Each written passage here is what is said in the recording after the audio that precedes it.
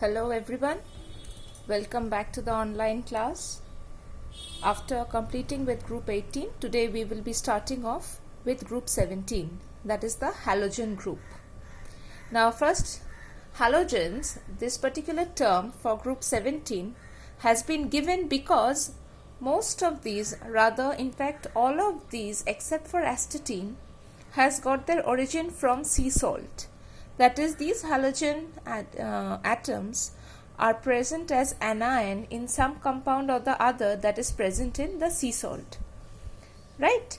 So, since they are produced from the sea salt, that is why it's given the name of halogen. The word halogen means produced in the form of sea salt.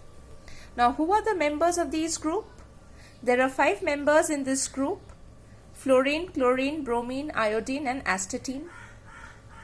The electronic configurations are of the type Ns2Np5, where since the p orbital contains 5 electrons, so the general valency is 1. That is, the combining capacity of these halogen is 1, where the general electronic configuration is Ns2 and Np5, where N, you can call it as a period number or the principal quantum number, and their corresponding atomic weight being 9, 17, 35, 53 and 85. That is, the difference goes as 8, 18, 18 and 32. Among these 4, the last one, that is AT, astatine, it is a radioactive element. So we will not study much about the properties of astatine, but we will study the properties of the other 4. And we will see that astatine, because it is radioactive, it is not having such high combining capacity as that of the other halogen atoms. Now see over here. Now before I start on with the chapter, just my request is you pause the video and get yourself a copy and a pen to write down the things as I am explaining.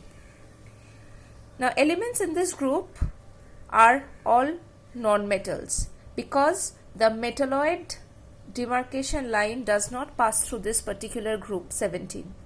Therefore, entire group elements are all non-metals in nature. Now, what are the state and the general color? Fluorine being a gas, it's yellow in color. Chlorine, gas, greenish yellow in color. Bromine, it's a liquid, reddish brown. Iodine, solid, violet. Astatine, since it is solid and radioactive and highly unstable in nature, so its color has not been deciphered. Now, over here, the reason for this intensifying color as well as the change of state as we are coming down the group. Initially, the elements were gaseous, and as we move down, they are becoming solids. Initially, they were lighter in color. As we are coming down, the color intensifies. It is because of the fact that the smaller the element, right, the smaller the element, what we see is that they absorb more amount of energy in order to excite their valence electrons. And as a result, the energy they take in being much more than the energy they emit. So, what happens is, they take up lot of energy, that is, say the wavelength which they take up is violet in case of fluorine. And the complementary color for violet, that is the emitting wavelength of fluorine being yellow, the color of fluorine appears to be yellow. Right? Similarly for iodine, it takes up the yellow color of the visible spectrum as absorption, and it instead emits the violet color of the spectrum. Therefore, its color is violet. So, these colors are actually the complementary colors of their absorption spectrum. Now here, it is because of the van der Waals forces which increases down the group, there is increased compactness in the structure. Right? Because previously also in group 18 we had studied that van der Waals forces increases with increase in atomic radius. So with that increase in atomic radius, since van der Waals forces is increasing, therefore there is more compactness in the structure, and as a result of which there is a drastic change of state from gas to solid as we are moving down a group. Among the physical properties, the first one that we will study now is atomic radius. Now down the group, we know that the shell increases, or the number of shell increases. As a result of the increase in number of shell, because of the increase in quantum number, the size will increase. Therefore, fluorine will have the least atomic radius, astatine will have the maximum atomic radius.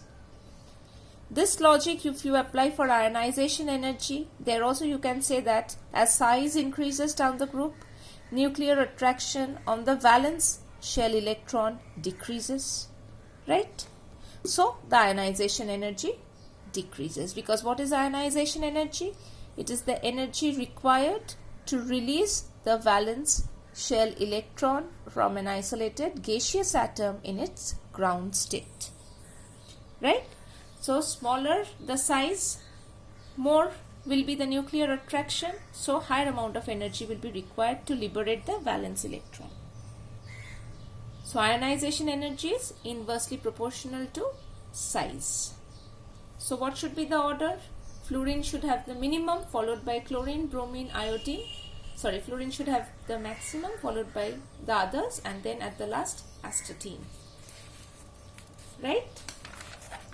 Next we go into the second property, which is electronegativity. Under electronegativity, what is the electronegativity phenomena? If you remember in class 11 when we did chemical bonding or periodic table, we told you the difference between electron gain enthalpy and electronegativity. What is electronegativity? It is the tendency of an atom to pull the bond pair of electron towards itself, right? Suppose to say there is an atom of the type A, B. If A is more electronegative than B, what we see is the two bond pair that are there in this bond moves much closer to A, and as a result the bond somehow looks a bit like this. That is, instead of becoming uniform, there is a slight bulge towards the more electronegative atom because of increased electron density towards that atom. This phenomena is called electronegativity. Now, electronegativity is inversely proportional to size. That is, with increase in size, electronegativity will decrease. So, down the group, what happens? Size increases. So, what will happen to electronegativity? It decreases. So, this is the order.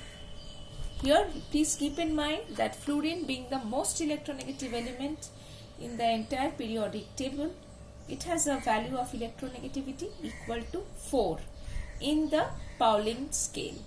Okay, this 4 value is as per the Pauling scale, P-A-U-L-I-N-G. Next is the electron gain enthalpy. What is electron gain enthalpy? What's the other term? The electron affinity. What is it? It is the tendency of an atom to take up one electron in its valence shell in its isolated gaseous state, and with it, it releases energy. So the value of electron gain enthalpy is usually always negative, right? So suppose to say this M is an element. If it takes up electron in its isolated gaseous state, it becomes the corresponding anion, which is also in the gaseous state. Then the energy which is released after the formation of this, that energy is your electron gain enthalpy. A very important question which comes from the context of electron gain enthalpy. The order, as you can see, is not the usual order of electronegativity of or ionization energy. The order is a bit different in case of electron gain enthalpy. Here we see that chlorine has got more electron gain enthalpy than fluorine. Why so? There are certain reasons for that. First reason being, fluorine is very small in size, and therefore the moment F becomes a F minus, there is huge amount of repulsion between the existing electrons and the acquired electron or the incoming electron. But chlorine being much larger in size, why much larger in size? Because chlorine has got 3s2 3p5. So it has got 3 shells. So much larger in size, and therefore because it's much larger in size, the extent of repulsion is less on the onset of the incoming electron. Right? So this is very, very important, this part.